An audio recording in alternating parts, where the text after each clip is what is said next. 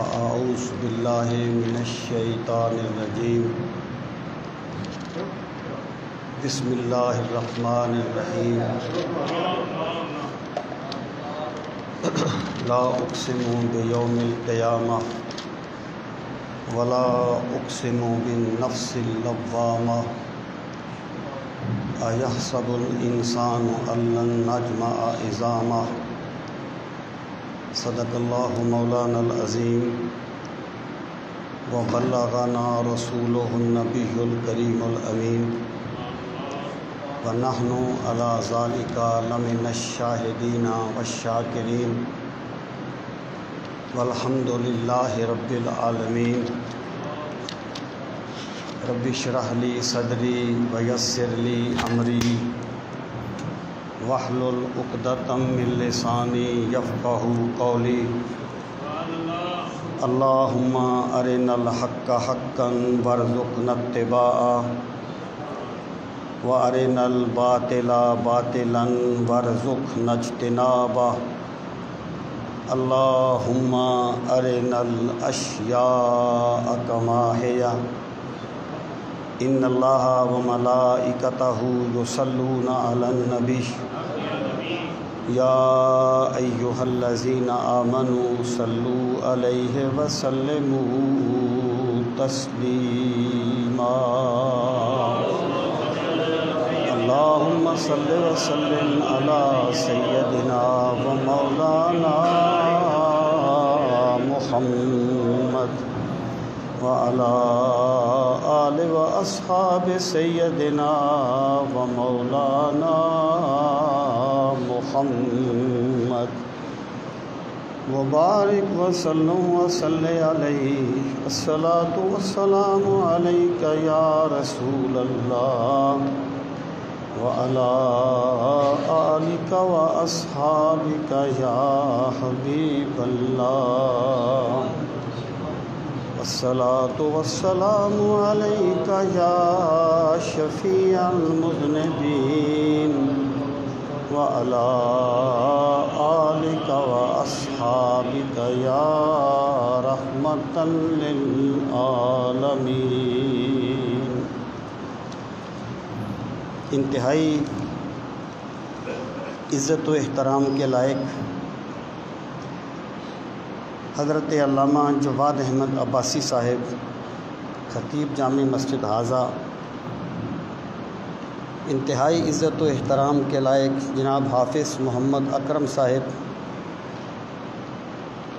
عزت مآب ملک اعجاز صاحب، چودھری منور صاحب، اس پروگرام کی روح رواں جناب سید قاسم حسنین شاہ صاحب، اور میرے لیے انتہائی عزت و احترام کے لائق جناب ڈاکٹر محمد امین چشتی صاحب، دیگر قابل تکریم معزز و محترم علماء دین، نعت خوانان اعظام، انتظامیہ مسجد کمیٹی حاضہ، اور قابل تکریم معزز و محترم سامعین کرام، آج کا یہ درس قرآن مجید کا بابرکت سلسلہ مرکزی میلاد کمیٹی کینٹ اور جامع مسجد حاضہ کی انتظامیہ کے اشتراک سے انعقاد پذیر ہے۔ اللہ تعالیٰ اپنے فضل سے اور نبی رحمت صلی اللہ تعالیٰ علیہ وآلہ وسلم کی نظر نبوت کے صدقے میں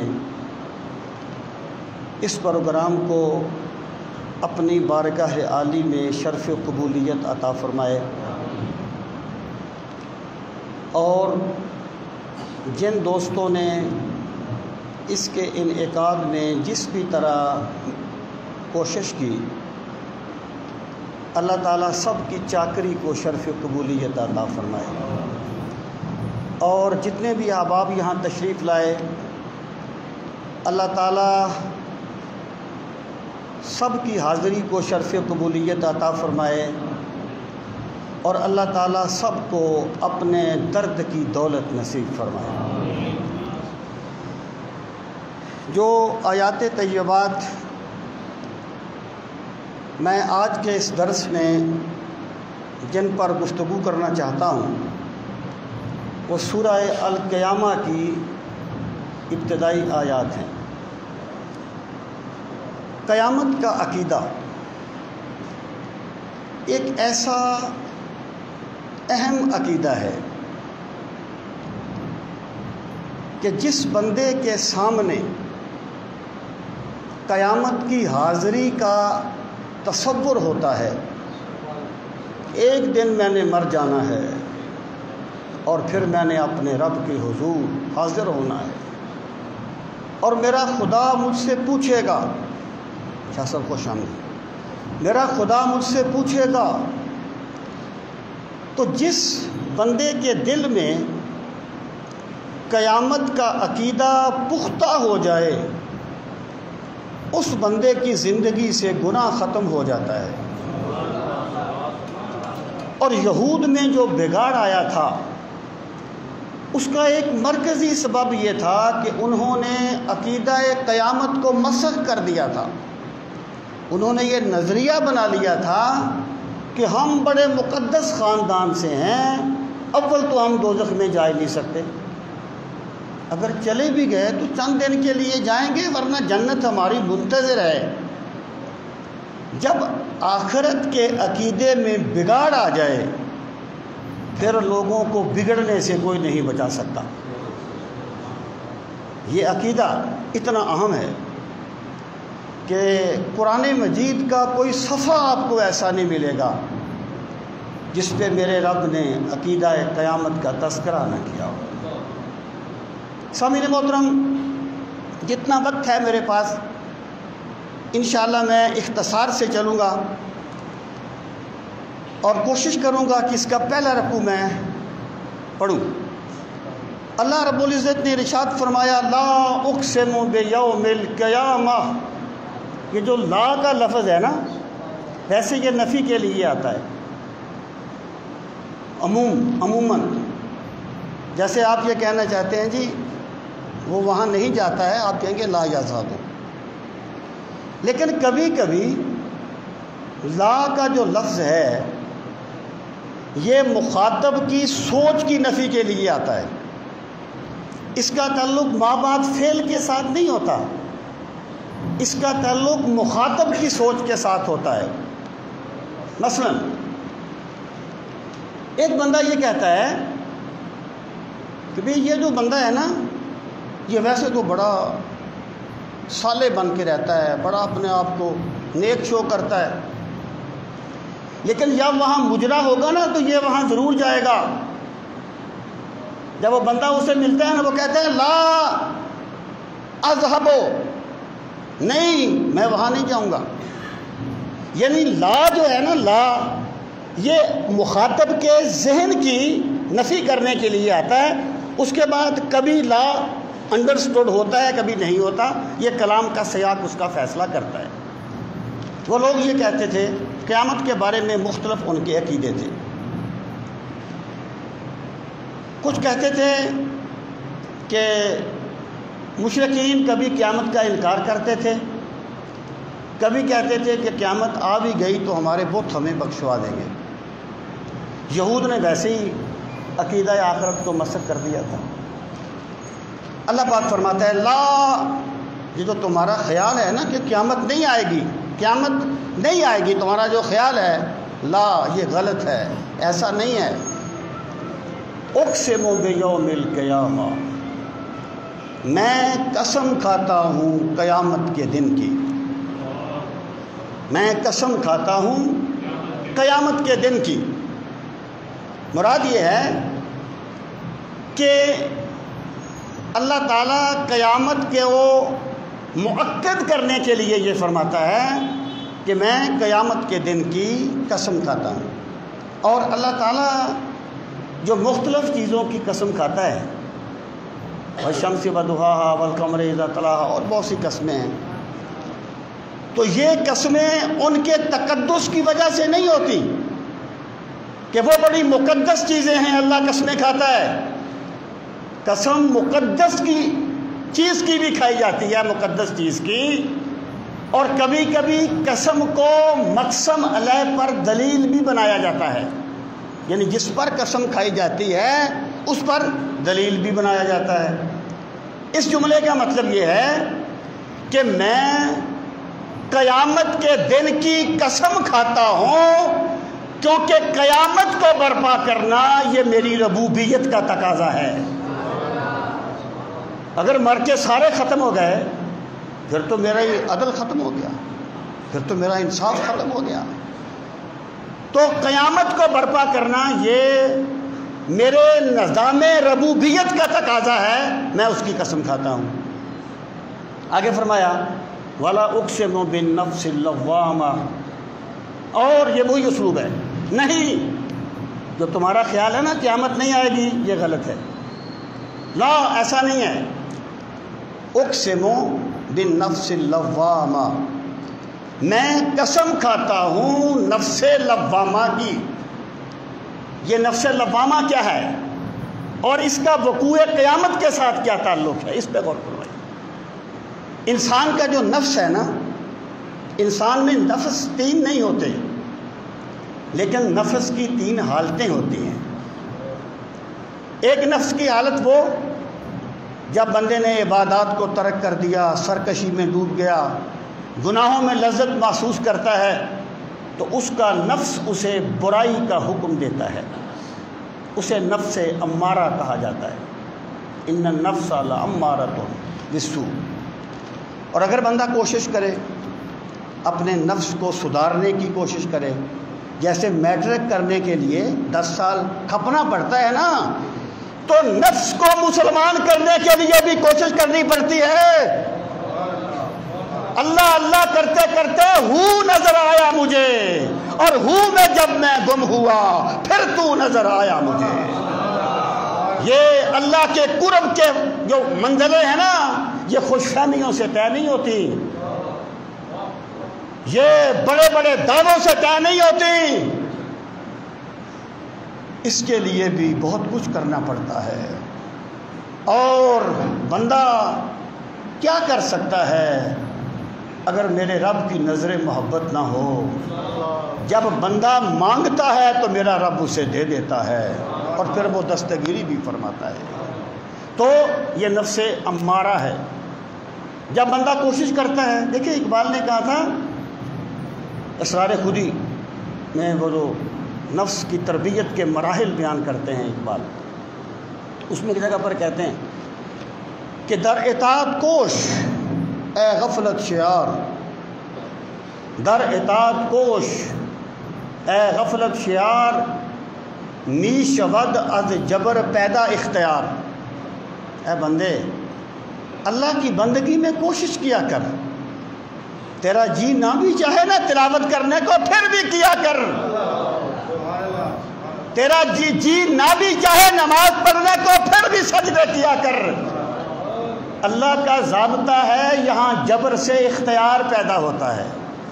راہ پہ ان کو لگا لائے تو ہیں باتوں میں، اور کھل جائیں گے 2-4 ملاقاتوں میں۔ یہاں جبر سے اختیار پیدا ہوتا ہے۔ بچے کو پہلے اسکول بھیجنا بڑا مشکل کام ہوتا ہے۔ جب اللہ تعالیٰ اسے پھر وہ بچہ محنت کرتا ہے، اسے علم کا ذوق ملتا ہے، پھر ممکن ہے کبھی ایسا مرحلہ بھی آ جائے کہ بیٹا کہے میں پڑھنا چاہتا ہوں، باپ کہے مجھ میں ہمت نہیں ہے۔ یہاں جبر سے اختیار پیدا ہوتا ہے۔ یہ میرے رب کا ضابطہ ہے۔ جو چیز بندے کو پہلے نہیں اچھی لگتی، جب اس پہ جبر کرتا ہے اللہ تعالیٰ اسی میں حسن پیدا کر دیتا ہے۔ تو بہرحال جب ایک بندے نے اپنے نفس کی تربیت کی، مانگتا رہا اللہ سے اپنی اس کی بندگی کی توفیق، لگا رہا، اس کا نفس اگلے مرحلے میں آ گیا، اس کو نفس لوامہ کہا جاتا ہے۔ اب یہ نفس لوامہ کیا ہوگا کہ جب بندہ گناہ کرنا چاہے گا اس کا نفس اسے ٹوکے گا۔ اللہ نے بندے کے اندر ایک مفتی بٹھایا ہوا ہے، اس مفتی کو نفس لوامہ کہا جاتا ہے۔ اور جب وہ پھر لگا رہا، وہ دیکھیں جو محبت کی منزلیں ہوتی ہیں نا، ان کی انتہا کوئی نہیں ہوتی۔ جو بندہ یہ سمجھے نا میں بس پہنچ گیا، وہ تباہ ہو گیا۔ یہاں تو جتنا بندہ آگے بڑھتا ہے اتنی آگے اسے منزلیں اور نظر آتی ہیں، وہ رکا نہیں، وہ پھر بندگی میں لگا رہا، تو اس کا نفس ایسا بن جائے گا کہ بندے کو اللہ کی بندگی میں اس طرح سکون آئے گا جیسے بچہ ماں کی گود میں سکون پاتا ہے، جیسے مچھلی پانی میں سکون پاتی ہے۔ یہ جو اسلام ہے نا، اسلام یہ کوئی خارج سے ٹھونسی جانے والی چیز نہیں ہے، یہ بندے کے اندر کی آواز ہے۔ جب ایک بندہ اپنے آپ کو فطرت سلیمہ پہ قائم کر لیتا ہے تو دین کا ہر حکم اس کے لیے اتنا ہی اٹریکٹیو ہوتا ہے جیسے ماں کے لیے بچے کی طرف بھاگنا اٹریکٹیو ہوتا ہے۔ جب اس نے یہ کیا پھر اللہ تعالیٰ نے اس کے نفس کو ایسا کر دیا، اسے اللہ کی یاد میں اطمینان آنے لگا۔ الا بذکر اللہ تطمئن القلوب، یہ مرحلوں کا بیان ہے۔ ایک بندہ کہے میں نے 100 مرتبہ اللہ اللہ کی، مجھے تو سکون نہیں آیا، او بھائی یہ فارمیلٹی کا نام نہیں ہے، یہ تربیت کے مراحل کا نام ہے۔ جب تجھے اللہ میں سکون ملے تو سمجھ لینا تجھے نفس مطمئنہ مل گیا ہے۔ یہ کسوٹی ہے، یہ ایک پیمانہ ہے اس کو پرکھنے کا، تو اسے کہتے ہیں نفس مطمئنہ۔ اب دیکھیے اللہ پاک نے فرمایا وَلَا أُقْسِمُ بِالنَّفْسِ اللَّوَّامَةِ، اور تمہاری بات غلط ہے، میں نفس لوامہ کی قسم کھاتا ہوں۔ اس کا کیا تعلق ہے قیامت کے وقوع قیامت کے ساتھ؟ یہ جو نفس لوامہ ہے نا، یہ اللہ نے بندے کے اندر ایک عدالت لگا دی ہے، بندے کے اندر ایک عدالت لگا دی ہے۔ تو اللہ پاک فرماتا ہے بندے تو کہتا ہے قیامت نہیں آئے گی، اگر وہ بڑی عدالت نہ لگنی ہوتی تو میں تیرے اندر چھوٹی عدالت کیوں لگا دیتا؟ میں تجھے کس لیے میں تیرے اندر نفس لوامہ رکھتا کہ تو جب بھی کوئی غلطی کرنے لگتا ہے یہ تجھے ٹوکتا ہے۔ اس کا مطلب یہ ہے یہ چھوٹی عدالت ہے، ایک دن آئے گا جب وہ بڑی عدالت بھی لگے گی۔ وَلَا أُقْسِمُ بِالنَّفْسِ اللَّوَّامَةِ، اور میں نفس لوامہ کی قسم کھاتا ہوں۔ پھر فرمایا أَيَحْسَبُ الْإِنسَانُ أَن لَّن نَّجْمَعَ عِظَامَهُ، یہاں پر انسان سے مراد کافر ہے۔ مومن کبھی نہیں سوچتا کہ ہم اس کی ہڈیوں کو، اللہ تعالیٰ ہماری ہڈیوں کو جمع نہیں کر سکے گا۔ مجاہد کہتے ہیں جب بھی الانسان کا لفظ اس طرح مطلق آتا ہے اس سے مراد کافر ہوتا ہے۔ تو اللہ پاک نے فرمایا ایحسب الانسان، کیا انسان یہ گمان کرتا ہے ان لن نجمع عظامہ، کہ ہم اس کی ہڈیوں کو اکٹھا نہیں کر سکیں گے، جمع نہیں کر سکیں گے۔ جن لوگوں نے قیامت کا انکار کیا انہوں نے دیکھا تو نہیں تھا کہ جناب دنیا ختم ہو گئی ہے، کوئی قیامت نہیں آئی، ان کا اپنا ایک گمان تھا نا، مٹی میں مل جائیں گے، مر کھپ جائیں گے، کون زندہ کرے گا ہڈیوں کو۔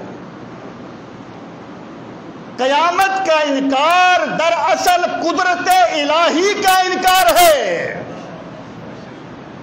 اور جو چیز مستقبل میں ہونی ہے اس پر دلیل تو حاضر سے دی جائے گی نا، اس پر دلیل تو حاضر سے دی جائے گی نا۔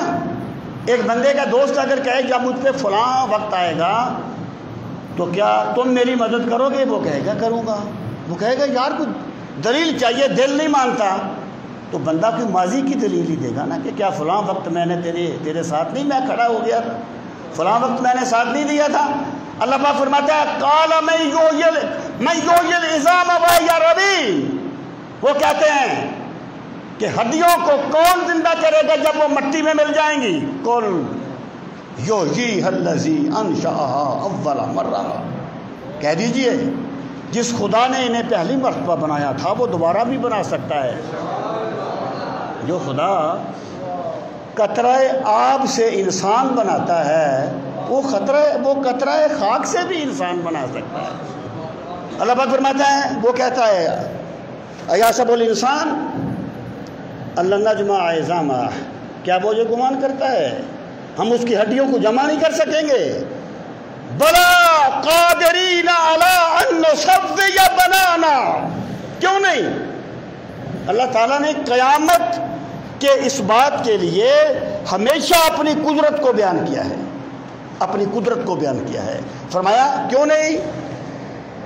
بلا قادرین، ہم اس پر قادر ہیں، الا ان نسوی بنانا، کہ ہم اس کی انگلیوں کے پورے درست کر دیں۔ یہ انگلیوں کے پورے کیا ہوتے ہیں؟ اس میں باریک باریک رگیں ہوتی ہیں، اس لیے انگوٹھا لگاتے ہیں، اور انگوٹھا کھربوں انسان بھی آ جائے نا دنیا میں، انگوٹھا سب کا مختلف ہوگا، انگلی سب کی مختلف ہوگی۔ میرا خدا اپنے جلوے ہر جگہ دکھاتا ہے۔ اگر کسی بندے میں طلب ہو نا اللہ کے جلوے دیکھنے کی، تو میرے خدا کے جلوے جگہ جگہ بکھرے پڑے۔ سامعین محترم، بنانا، ہم اس کی انگلیوں کے پوروں کو بھی درست کریں گے۔ مطلب کیا ہے؟ ہم تمہیں زندہ کریں گے، ہم تمہیں اٹھائیں گے، اور اس طرح اٹھائیں گے کہ تمہاری انگلیوں کی رگیں بھی بدلیں گی نہیں۔ ذرا جدید لفظ کا استعمال کر لیں، جس کو کہتے ہیں فنگر پرنٹ۔ فنگر پرنٹ، تم کہتے ہو اللہ کیسے زندہ کرے گا؟ ہم تمہیں اس طرح زندہ کریں گے تمہارے فنگر پرنٹ بھی تبدیل نہیں ہونے دیں گے۔ بلا قادرین علی ان نسوی بنانا، ہم اس پہ قادر ہیں، ہم تمہارے فنگر پرنٹ بھی درست کر دیں۔ پھر فرمایا بل یرید الانسان لیفجر امامہ۔ ایک امام ہوتا ہے لفظ، امام حمزہ کی زیر کے ساتھ، یہ جو شروع میں آتا ہے یہ حمزہ ہوتا ہے، الف نہیں ہوتا، الف ہمیشہ درمیان میں آتا ہے، ویسے اس کو ہم الف کہہ دیتے ہیں یا الف کہہ دیا جاتا ہے، ایکچولی یہ حمزہ ہوتا ہے۔ اگر حمزہ پر زیر ہو، امام، اس کا معنی ہوتا ہے ما یقتدی بہ ولو کان کافرا، ہر وہ بندہ جس کی پیروی کی جائے اگرچہ وہ کافر ہو، اس کو بھی لغت میں امام کہا جاتا ہے۔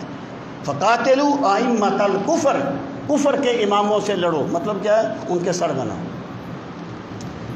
اور امام کا معنی ہوتا ہے سامنے۔ یہ اللہ تعالیٰ نے گویا قیامت کے انکار کے نفسیاتی سبب کو بیان کیا کہ بندہ کہتا ہے قیامت نہیں آئے گی، کیوں نہیں آئے گی؟ جب قیامت کو مانے گا اسے اپنی خواہشات کو کنٹرول کرنا ہوگا، جب قیامت کو مانے گا اسے اپنے سرکشی کو اللہ کے تابع کرنا ہوگا۔ اللہ پاک فرماتا ہے یہ اس لیے قیامت کو نہیں مانتا کہ بل یرید الانسان لیفجر امامہ، کہ یہ سرکش انسان یہ ارادہ کرتا ہے کہ وہ اسی طریقے سے اللہ کی نافرمانی کرتا رہے، اسی طریقے سے اللہ کے ساتھ بغاوت کا رویہ اختیار کرے، کیونکہ جب قیامت کا عقیدہ آئے گا وہ کیا ہے کہ اللہ پاک نے فرمایا وَلِمَنْ خَافَ مَقَامَ رَبِّهِ جَنَّتَانِ، جو ایک بندہ گناہ کرنے پہ پوری طرح قادر تھا، کوئی اسے دیکھ نہیں رہا تھا، کوئی رکاوٹ نہیں تھی، اس نے سوچا ایک دن آئے گا جب میں نے اللہ کے حضور حاضر ہونا ہے، اس نے اللہ سے ڈر کے گناہ کو چھوڑ دیا، اللہ فرماتا ہے ہم اسے 2 جنتیں عطا فرمائیں گے، اس نے ہماری محبت میں گناہ کو چھوڑا ہے۔ یہ جو قیامت کا عقیدہ ہے نا، یہ تو گناہ کی نفسیات کو ختم کر دیتا ہے۔ وہ شاہ مراد کا مشہور واقعہ ہے نا کہ اس کے لشکریوں نے ایک بڑھیا کی گائے کو پکڑ کے کھا لیا۔ بڑھیا جو تھی نا وہ سچ بندے کو دلیر کر دیتا ہے، اور گناہ اور عیب بندے کو بزدل کر دیتا ہے۔ تو بڑھیا، اس کو پتہ چلا بادشاہ اس پل سے گزرے گا، وہ اس پل پہ آ گئی، جب بادشاہ گزرنے لگا اس نے اس کے گھوڑے کی لگام پکڑ لی، اس نے کہا بادشاہ سلامت، تمہارے لشکریوں نے میری گائے کو ذبح کر کے کھا لیا ہے، اس کا جواب اس پل پہ دینا ہے یا اس پل پہ دینا ہے؟ بادشاہ کانپ گیا، کہنے لگا اس پل پہ جواب دینا بڑا مشکل ہوگا، مجھ سے اسی پل پہ جواب لے لے۔ قیامت کا جب عقیدہ آتا ہے تو پھر گناہ کی نفسیات ختم ہو جاتی ہیں۔ اللہ پاک فرماتا ہے، دیکھیں میں یہ بات کہتا رہتا ہوں کہ ایک ہوتا ہے دلیل، ایک بندے کے پاس ایک دلیل ہے، ایک ہوتا ہے اپنی خواہش کو دلیل کا رنگ دینے کی کوشش کرنا۔ ایک تو دلیل ہے نا جی کہ جناب فلاں چیز جائز ہے یا ناجائز ہے۔ ایک بندہ جو ہے وہ رشوت کھا رہا ہے، اب وہ چھوڑنا نہیں چاہتا، اب وہ ایک دلیل گھڑے گا کہ جناب اس کے بغیر تو یہاں پر گزارا ہی نہیں ہے، یہ سارے کھاتے ہیں جی۔ یہ ہوتا ہے دلیل گھڑنا۔ اللہ پاک فرماتا ہے کہ قیامت کے آنے پر، نہ آنے پر، ان کے پاس کوئی دلیل نہیں ہے کہ قیامت نہیں آئے گی، لیکن یہ گناہ میں اتنے ڈوبے ہوئے ہیں کہ یہ گناہ کو نہیں چھوڑنا چاہتے، اس لیے قیامت کا ہی انکار کر رہے ہیں۔ بل یرید الانسان لیفجر امامہ، تاکہ وہ جھگڑا کرتا رہے اللہ کے سامنے۔ یسأل ایان یوم القیامہ، اللہ پاک فرماتا ہے وہ سوال کرتا ہے کب آئے گی قیامت۔ اس کا یہ جو سوال ہے نا کہ قیامت کب آئے گی، یہ ہمیشہ منکرین حق نے انبیاء سے یہی سوال کیا، کب آئے گی قیامت۔ اور سوال کرنے سے ان کا مقصد یہ نہیں تھا کہ وہ قیامت کی تیاری کریں، کہ قیامت کا آنا اگر قریب ہے تو ہم اس کی تیاری کریں۔ وہ صرف اور صرف ایک تمسخر اڑانا چاہتے تھے کہ جس قیامت کا تم ہمیں کہتے رہتے ہو یہ کب آئے گی۔ ایک استبعاد کا اظہار مقصود تھا۔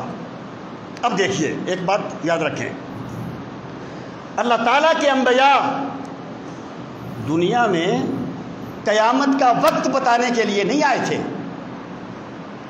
اللہ تعالیٰ کے انبیاء دنیا میں قیامت کا وقت بتانے کے لیے نہیں آئے تھے کہ قیامت فلاں صدی کے بعد آئے گی۔ اللہ تعالیٰ کے انبیاء یہ بتانے کے لیے آئے تھے کہ لوگوں، اس دنیا سے مرنے کے بعد تم نے ختم نہیں ہو جانا، ایک دن قیامت آئے گی۔ وہ جو کہتے تھے نا قیامت کب آئے گی، کبھی اس کا جواب نہیں دیا قرآن نے، کیونکہ انبیاء کی بعثت کا یہ مقصد ہی نہیں تھا۔ قرآن کریم نے جس سوچ کو پروان چڑھایا وہ یہ کہ لوگوں یہ نہ سوچو کہ قیامت کب آئے گی، تم یہ سوچو کہ تم نے قیامت کے لیے تیاری کیا کی ہے۔ سرکار بیٹھے تھے نا ایک مرتبہ، ایک صاحب آ گئے، کہنے لگے متی الساعہ یا رسول اللہ، یا رسول اللہ صلی اللہ علیہ وسلم قیامت کب آئے گی۔ سرکار نے فرمایا ما عادت لہا، تو نے قیامت کے لیے تیاری کیا کی ہے۔ یعنی یہ نہ سوچ کہ قیامت آنے میں کتنا وقت باقی ہے، یہ تیرا فیلڈ نہیں ہے، تو یہ سوچ تو نے قیامت کے لیے تیاری کیا کی ہے۔ اب صحابی نے کیا محبت بھرا جواب دیا، دیکھیں عہد نبوت میں یہ بات ممکن نہیں تھی کہ ایک بندہ کلمہ پڑھتا ہو اور نماز نہ پڑھتا ہو۔ قرآن کریم نے یہ نہیں کہا کہ منافق نماز نہیں پڑھتے، قرآن نے کہا وَإِذَا قَامُوا إِلَى الصَّلَاةِ قَامُوا كُسَالَىٰ، نماز وہ بھی پڑھتے ہیں لیکن جب وہ نماز کے لیے کھڑے ہوتے ہیں تو سستی کرتے ہوئے کھڑے ہوتے ہیں، ان کو قلبی بشاشت نہیں ملتی۔ وہ اشفاق صاحب کہا کرتے تھے عبادت کو سیلیبریٹ کیا کرو،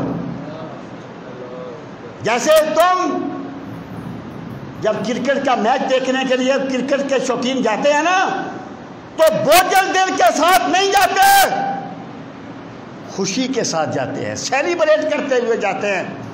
تمہارا اللہ کے ساتھ تعلق اتنا کبھی ہو جائے کہ جب تم نماز کے لیے نیند چھوڑو تمہیں اس میں ایک لذت محسوس ہو۔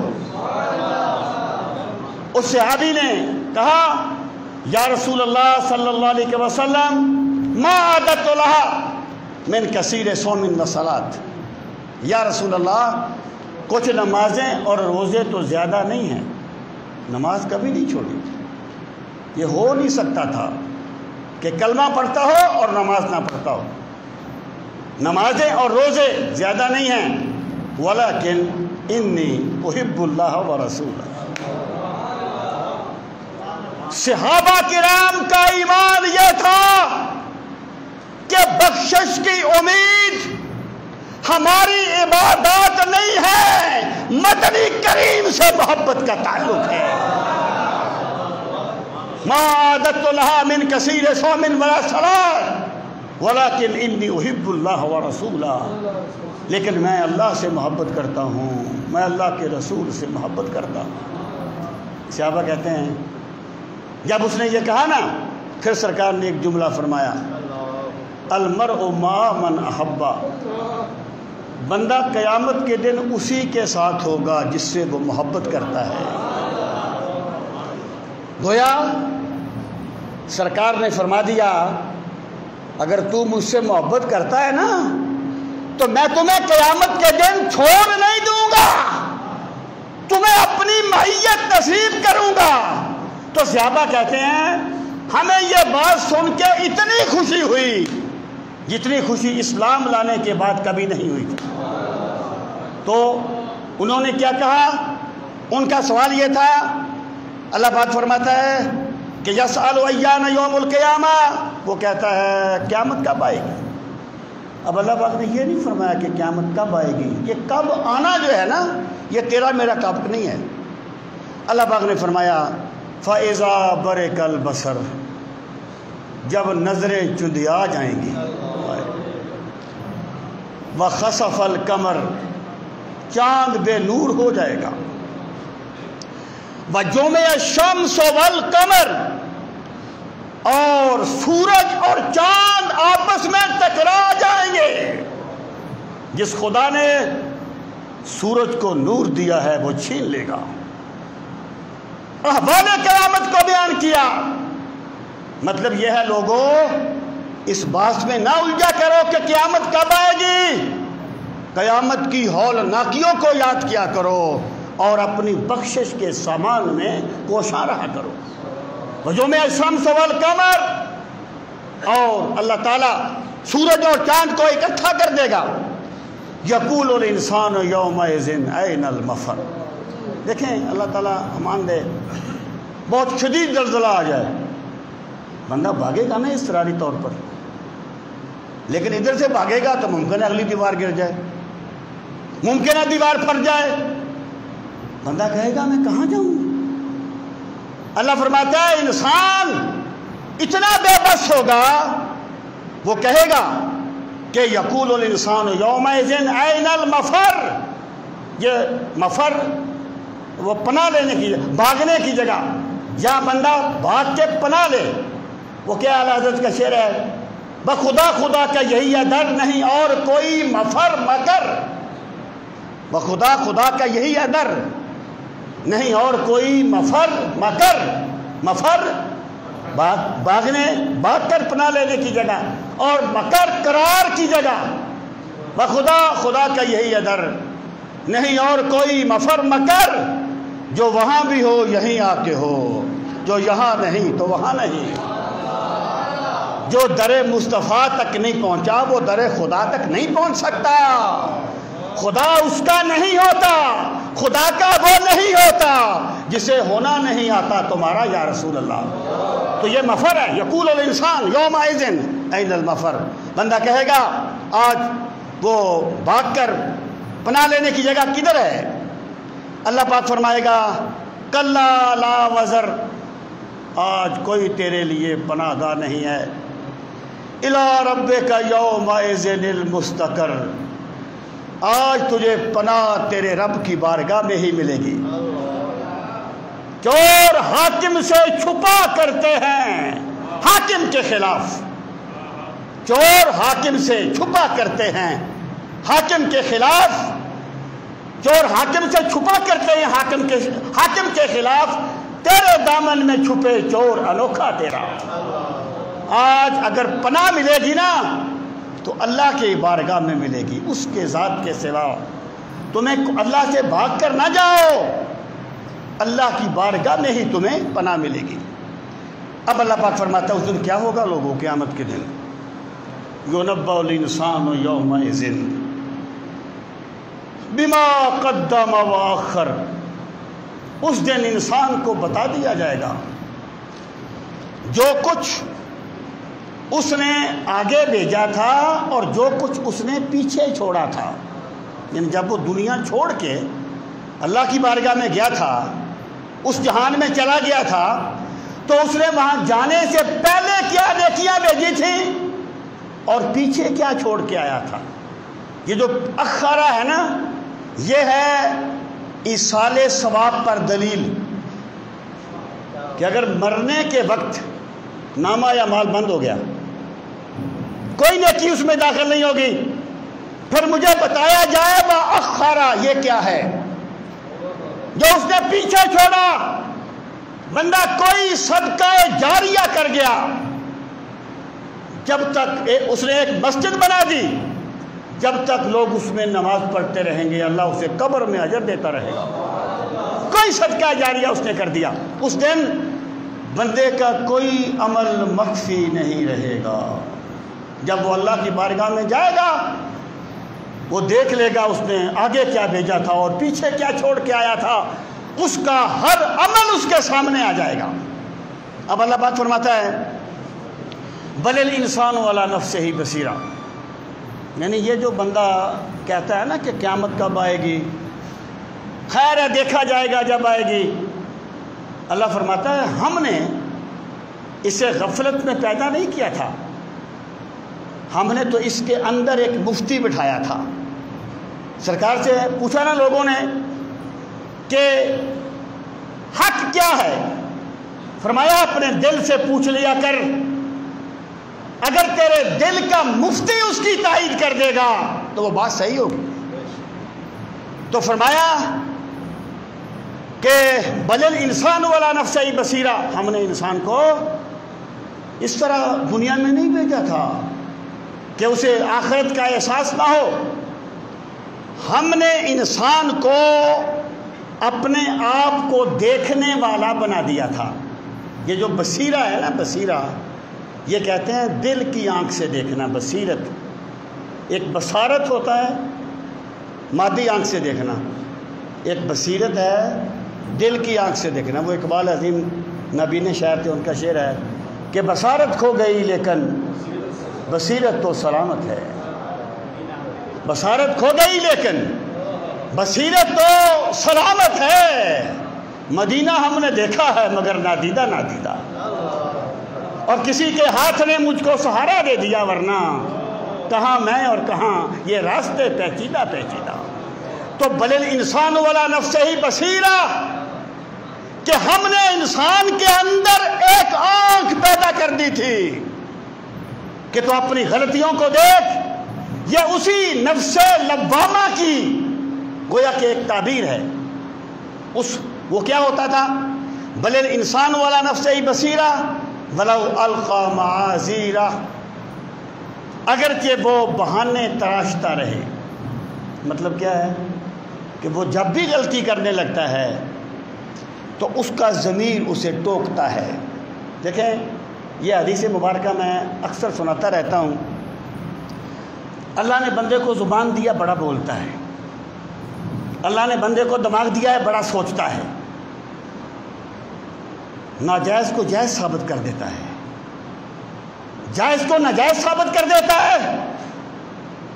جب سرکار سے پوچھا گیا گناہ کیا ہے تو فرمایا الاسم ما حاک فی نفسک، گناہ وہ ہے جسے تو کرتے ہوئے ہچکچائے۔ جیسے جس بندے نے کبھی جھوٹ نہیں بولا اس سے پوچھو جھوٹ بولنا کتنا مشکل ہے۔ اگر کوئی بندہ جھوٹ بول بول کے اپنے ضمیر کو مار دے تو اور بات ہے۔ فرمایا گناہ وہ ہے جو تیرے دل میں کھٹکے۔ اب دل کی بات بھی بندہ کر لیتا ہے، کہ میرے دل میں تو نہیں کھٹکا۔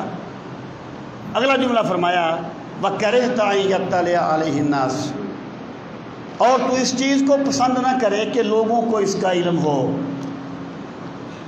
جس رویے کو تو لوگوں سے چھپانا چاہے گا وہ گناہ ہوگا۔ اللہ پاک فرماتا ہے ہم نے انسان کو بصیرت کی آنکھ دی، ضمیر دیا، لیکن یہ ہیلے بہانے کر کے اپنے ضمیر کی آواز کو دبانا چاہتا ہے۔ جب حضرت یوسف علیہ السلام کے بھائیوں نے کہا کہ یوسف کو قتل کر دو یا کنویں میں پھینک دو، آخر پیغمبر کی اولاد تھے، پھر سوچا ہوگا ایک معصوم انسان کو قتل کرنا بہت بڑا جرم ہے، کہنے لگے اقتلوا یوسف، یوسف کو قتل کر دو وَتَكُونُ مِن بَعْدِهِ قَوْمًا صَالِحِينَ، بعد میں توبہ کر کے نیک بن جائیں گے۔ بندہ جب بھی گناہ کرتا ہے یہ شہوت کو محبت کہتا ہے، یہ رشوت کو چائے پانی کہتا ہے، یہ لفظوں کے ہیر پھیر بنتا ہے، اپنے ضمیر کا گلا گھونٹنا چاہتا ہے، لیکن یہ مت بھولے اللہ کے فرشتے سب کچھ لکھ رہے ہیں۔ قیامت کا دن آئے گا، اللہ فرمائے گا کہ اس کا نامہ اعمال اس کے سامنے کھول دو، اقرا کتابک کفی بنفسک الیوم علیک حسیبا، پڑھ لے اپنے نامہ اعمال کو، آج اپنے آپ کو مجرم ثابت کرنے کے لیے تو اکیلا کافی ہے۔ دنیا میں تو بڑا بولتا تھا، لیکن قیامت کا دن آئے گا، اس دن تو خود اپنی غلطی کو تسلیم کرے گا۔ اللہ پاک فرماتا ہے کہ وَلَوْ أَلْقَى مَعَاذِيرًا، اگرچہ یہ ہیلے بہانے کرتا رہے، لَا تُحَرِّكْ بِهِ لِسَانَكَ لِتَعْجَلَ بِهِ، اے نبی محتشم صلی اللہ علیہ وسلم اپنی زبان مبارک کو جلدی جلدی حرکت نہ دیں، لَا تُحَرِّكْ بِهِ لِسَانَكَ لِتَعْجَلَ بِهِ، اپنی زبان کو حرکت نہ دیں تاکہ آپ قرآن مجید کو یاد کرنے میں جلدی کریں۔ اِنَّ عَلَيْنَا جَمْعَهُ وَقُرْآنَهُ، قرآن کو آپ کے سینے میں جمع کرنا بھی ہمارا کام ہے، وَقُرْآنَهُ، اور آپ سے قرآن پڑھانا بھی ہمارا کام ہے، ہمارے ذمہ کرم پر ہے۔ فَإِذَا قَرَأْنَاهُ فَاتَّبِعْ قُرْآنَهُ، جب ہم قرآن پڑھ دیں جبریل کی وساطت سے، فَاتَّبِعْ قُرْآنَهُ، پھر آپ پڑھے ہوئے کی پیروی کریں۔ ذرا تھوڑا سا دیکھیں کہ ذکر تو قیامت کا ہے، اس سے پہلے بھی قیامت کا ذکر ہے، اس کے بعد بھی قیامت کا ذکر ہے، یہ بیچ میں یہ تذکرہ کیوں آ گیا قرآن کریم کے حوالے سے؟ اس کا ربط کیا ہے؟ یہ مناسبت کے مشکل مقامات میں سے ہے۔ مفسرین کہتے ہیں ایک ہوتا ہے جملہ مستانفہ، کہ اگر ایک بندہ پوری صورتحال کو سمجھتا ہے تو وہ کلام کو بے ربط نہیں سمجھتا۔ مثلا ایک بندہ پڑھا رہا ہے تو کوئی بندہ آ گیا، وہ اسے کہتا ہے خوش آمدید جی تشریف رکھیں، وہ پھر اپنے ٹاپک پہ آ جاتا ہے۔ جو بندے وہاں بیٹھے ہیں وہ سمجھتے ہیں کہ جو جملہ غیر مربوط نہیں ہے بلکہ یہ ایک بیچ میں واقعہ پیش آیا اس کا جواب ہے۔ ایک قول یہ ہے کہ یہ جملہ مستانفہ ہے کہ جب بھی سرکار پر قرآن نازل ہوتا تو یہ احساس ذمہ داری تھی کہ سرکار اسے جلدی جلدی یاد کرنے کی کوشش کرتے، اور جس چیز سے سرکار کو کوئی مشقت ہوتی تھی میرا رب اپنے محبوب کو اس مشقت سے بچانا چاہتا ہے۔ مفسرین کہتے ہیں کہ اس کا ربط یہ ہے کہ پہلے یہ بتایا کہ یہ اتنے غافل ہیں کہ ان کا اپنے ضمیر کی آواز کو دبا دیتے ہیں اور اپنی خواہشات میں مگن ہو کر یہ آخرت کا انکار کرتے ہیں، یہ اتنے غافل ہیں۔ لیکن میرے پیغمبر کی عظمت کا اندازہ لگاؤ کہ جب ان پہ قرآن نازل ہوتا ہے تو وہ جانتے ہیں کہ اللہ نے نازل کیا ہے، اس کے باوجود وہ احکام الہی کو ضبط کرنے میں اتنی کوشش کرتے ہیں کہ وہ اپنے آپ کو ایک مشقت میں ڈال لیتے ہیں۔ تو اللہ تعالیٰ نے یہاں اس چیز کی نفی فرمائی کہ میرے محبوب صلی اللہ علیہ وسلم آپ یہ احساس ذمہ داری ہے، جلدی جلدی اس کو یاد کرنے کی کوشش کرنا۔ اللہ پاک فرماتے ہیں آپ مشقت نہ اٹھائیں، قرآن کو اتارا بھی ہم نے ہے، آپ کے سینے میں جمع بھی ہم کریں گے، آپ سے پڑھائیں گے بھی ہم، اور جب ہم جبریل کی وساطت سے آپ کو پڑھ کے سنا دیں فتب قرآن، پھر آپ قرآن اس پڑھے ہوئے کی پیروی کریں۔ آگے فرمایا ثم ان علینا بیانہ، فکر نہ کریں آپ میرے محبوب، ہم نے آپ پہ قرآن بھی اتارا، قرآن اتارنا بھی ہمارے ذمہ کرم پر، آپ کے سینے میں اتارنا بھی ہمارے ذمہ کرم پر، آپ کو پڑھانا بھی ہمارے ذمہ کرم پر، اور مراد قرآنی کو بیان کرنا بھی ہمارے ذمہ کرم پر۔ لیکن اقیم الصلاۃ، صلاۃ کے تو بہت سے معنی ہیں، نماز تو ہے ہی نہیں صلاۃ کا معنی۔ تو اللہ تعالیٰ کے رسول صلی اللہ علیہ وسلم اللہ تعالیٰ کی مراد کو بیان کرتے تھے قرآن مجید سے کہ اس کا کیا مطلب ہے، اس کو کہا گیا بیان، ثم ان علینا بیانہ، قرآن کا بیان بھی ہمارے ذمہ ہے۔ اب یہ بات کہہ کے اب پھر فرمایا کلا بل تحبون العاجلہ، کہ تم یقیناً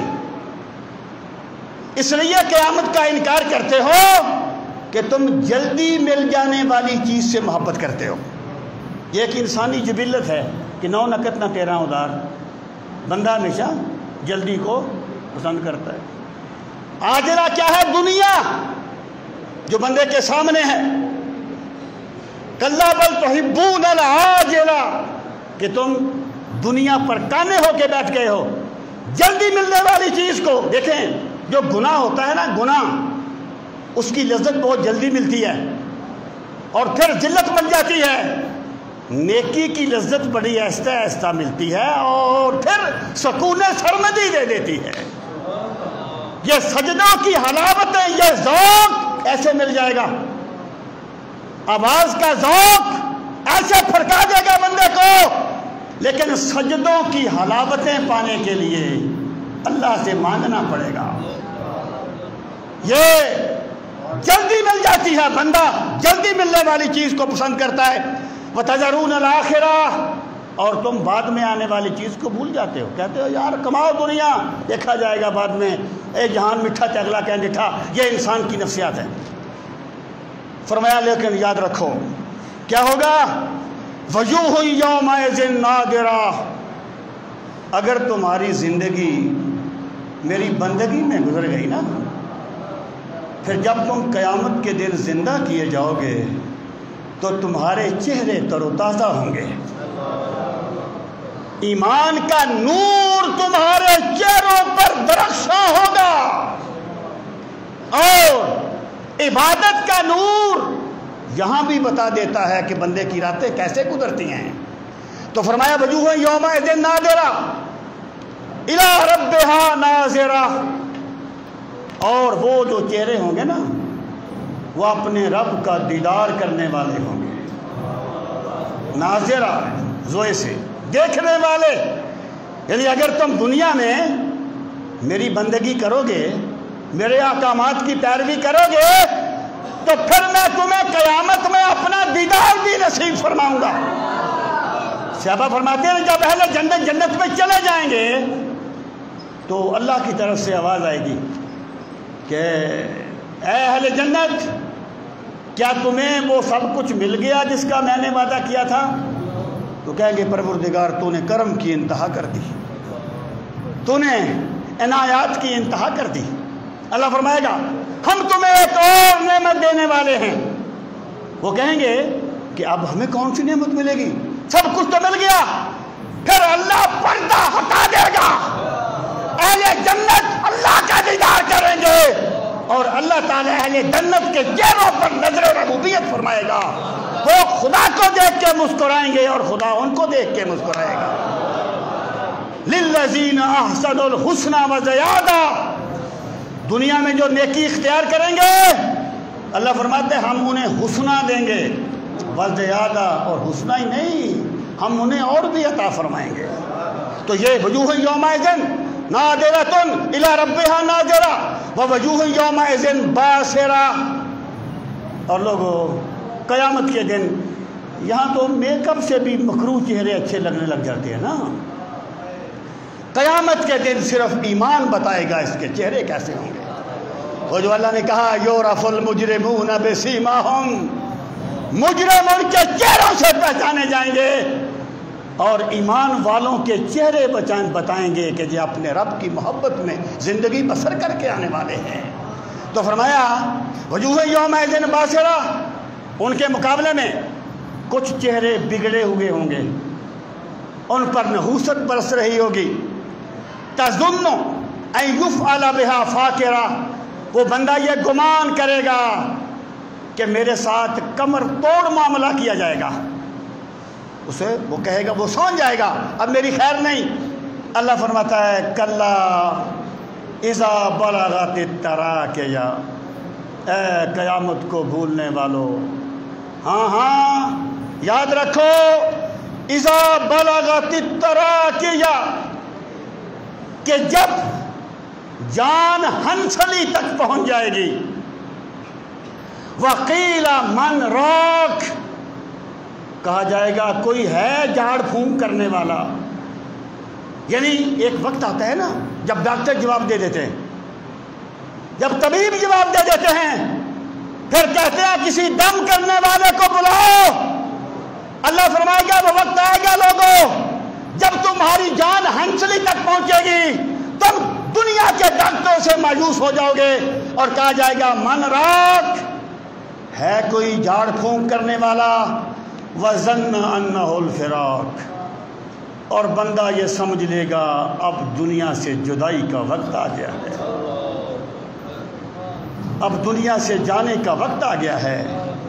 وَالْتَفَّتِ السَّاقُ بِالسَّاقِ، پنڈلی پنڈلی سے مل جائے گی۔